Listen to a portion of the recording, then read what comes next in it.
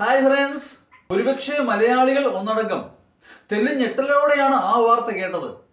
ശബരിമല തന്ത്രി കണ്ഠരര് രാജീവര് അറസ്റ്റിൽ. അദ്ദേഹത്തെ കുടുക്കിയതാണെന്നും മന്ത്രിയെ രക്ഷിക്കാൻ തന്ത്രിയെ കുടുക്കുകയാണ് എന്നും ആരോപിക്കുന്നവരുണ്ട്. പ്രത്യേകിച്ചും BJP കോൺഗ്രസുകാരൊക്കെ. അതങ്ങനെയല്ല, തന്ത്രി കുടുങ്ങിയതാണ് എന്നും തന്ത്രിയുടെ ഭാഗത്ത് തെറ്റുണ്ട് എന്നും ആരോപിക്കുന്നവരുമുണ്ട്. പ്രത്യേകിച്ചും ഇടതുപക്ഷ അനുഭാവികൾ. ഏതാണെങ്കിലും ഇതൊരു രാഷ്ട്രീയ മാനം കൈവന്നിരിക്കുകയാണ്. അനുകൂലിക്കുന്നവരും പ്രതികൂലിക്കുന്നവരും തർക്ക വിതർക്കങ്ങൾ തുടരുകയാണ് ആ ചാനൽ ചർച്ചകളിലൂടെ, മറ്റു പല വേദികളിലൂടെയും. എന്താണെങ്കിലും ഒരു കാര്യം വ്യക്തമാണ്, കഴിഞ്ഞ 90 ദിവസമായി ഈ തന്ത്രി SITയുടെ പ്രത്യേക നിരീക്ഷണത്തിലായിരുന്നു. ആദ്യം തന്നെ അദ്ദേഹത്തോട് കാര്യങ്ങൾ ചോദിച്ചറിഞ്ഞു. കാര്യങ്ങൾ ചോദിച്ചറിയാൻ എന്ന ഭാവേന ഒരു സംശയവും തോന്നാതെ മൊഴിയെടുത്തിരുന്നു. അന്ന് അദ്ദേഹം പറഞ്ഞു, പോറ്റിയെ തനിക്ക് മുൻ പരിചയമില്ല, ശബരിമലയിൽ വന്നതിന് ശേഷമാണ് പരിചയം. അതിനെ പറ്റിയൊക്കെ SIT പഠിച്ചു. അപ്പോഴാണ് മനസ്സിലാവുന്നത് പോറ്റിയുമായിട്ട് ഈ തന്ത്രിക്ക് ദീർഘകാലത്തെ ബന്ധമുണ്ട് എന്നും ഒരുപക്ഷെ പോറ്റിയുടെ ശബരിമലയിലേക്കുള്ള ആഗമനം തന്നെ തന്ത്രിയുടെ കാർമ്മികത്തിലാണ് എന്നും SITക്ക് ബോധ്യമായി. അപ്പോ മൊഴികളിൽ വൈരുദ്ധ്യമുണ്ട്. അതാണ് അറസ്റ്റിലേക്ക് നയിച്ച പ്രാഥമികമായ കാരണം. അത് തീർച്ചയായും അറസ്റ്റിന് സാധ്യമായ കാരണം തന്നെയാണ്.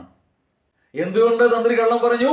അപ്പോ എന്തൊക്കെയോ ഒക്കെ അദ്ദേഹം ഒളിക്കാൻ ശ്രമിക്കുകയാണ് എന്ന് പറഞ്ഞാൽ ശബരിമല സ്വർണ്ണക്കൊള്ളയില് അദ്ദേഹത്തിനും പ്രത്യക്ഷമായോ പരോക്ഷമായോ പങ്കുണ്ട് എന്നാണ് കോമൺ സെൻസ് ഉള്ള ആർക്കും മനസ്സിലാവുന്നത്.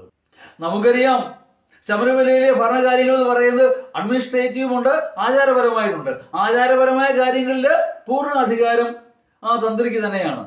അവിടെ നിന്ന് കട്ടളപ്പടിയോ മറ്റു സാധനങ്ങളോ ഒക്കെ പുറത്തേക്ക് കൊണ്ടുപോകണമെങ്കിൽ തന്ത്രിയുടെ അനുവാദം ആവശ്യമാണ്. അനുജ്ഞ എന്ന് പറയും അതിന്.